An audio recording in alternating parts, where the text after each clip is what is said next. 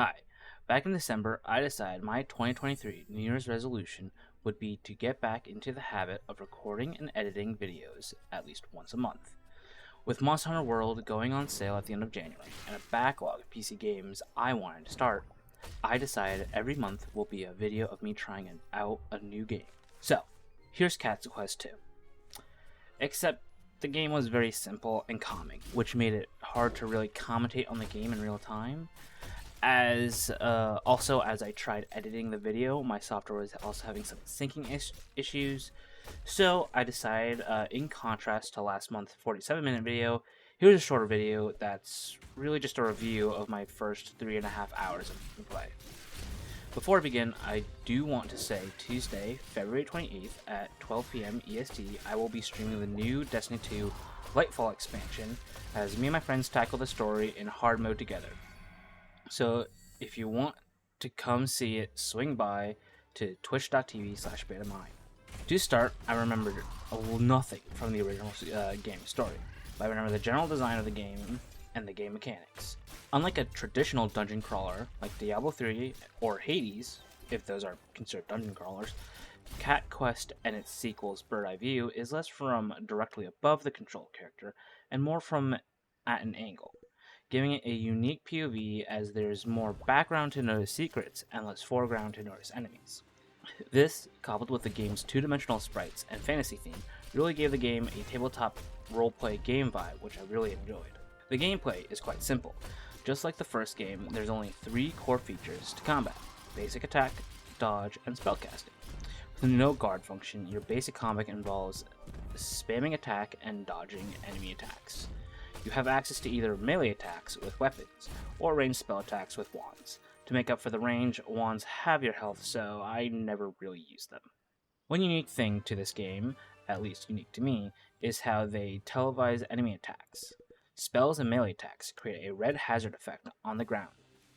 Size and shape denote where the attack will be or what type of attack it will be. Basic circle being filled in with a darker red, it's a melee attack that you need to dodge out of before the circle gets filled.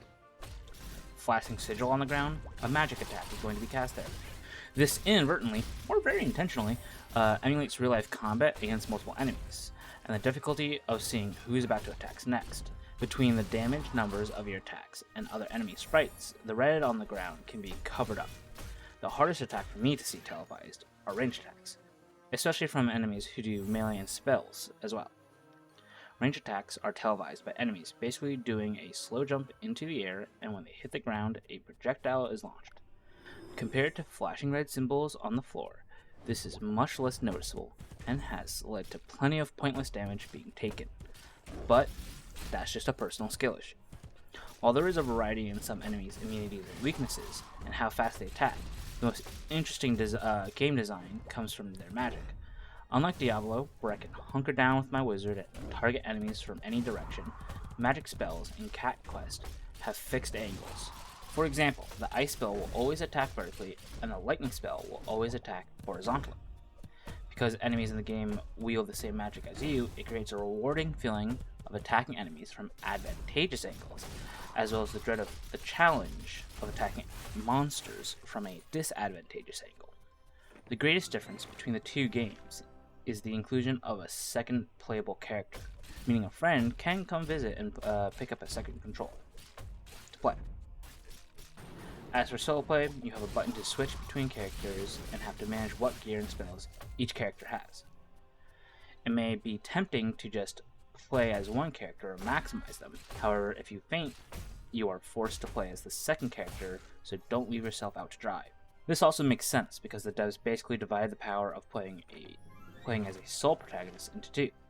This was the biggest adjustment because in the first game, you felt how all the power was condensed into one character. Now it feels like I have less health and do less damage because the second character's AI attacks with you, and if you get to low health with one, you can just switch to the other character to not have someone faint. All that's left to talk about is the story and the world. A great evil attacked the world. 2 kings fought it, but lost, and were prophesied to return. You play as those 2 kings, returning to 2 kingdoms at war, fueling a prejudice between dogs and cats, and is perpetuated by tyrannical kings. Being noble kings yourself, you set out to stop these kings, and it seems like the only way to do so would be to reforge a long-forgotten shattered sword. Also, I'm assuming the Great Evil will show up at one point, and the sword will be useful against it too. Not really sure though. Also, the game has a lot of dog and cat puns, which I liked. Wasn't really sure how to bring that up, so I'm just tagging it in at the end here. If you want to know more about the game, I definitely would recommend you pick it up and play it for yourself. If you like this review, please leave a like on the video and maybe even subscribe. Also, leave a comment if you like this review style video. It's definitely more reliable when trying out miscellaneous content, though reading off a script kind of sucks, and I can't wait to see how this edits all together. Bye!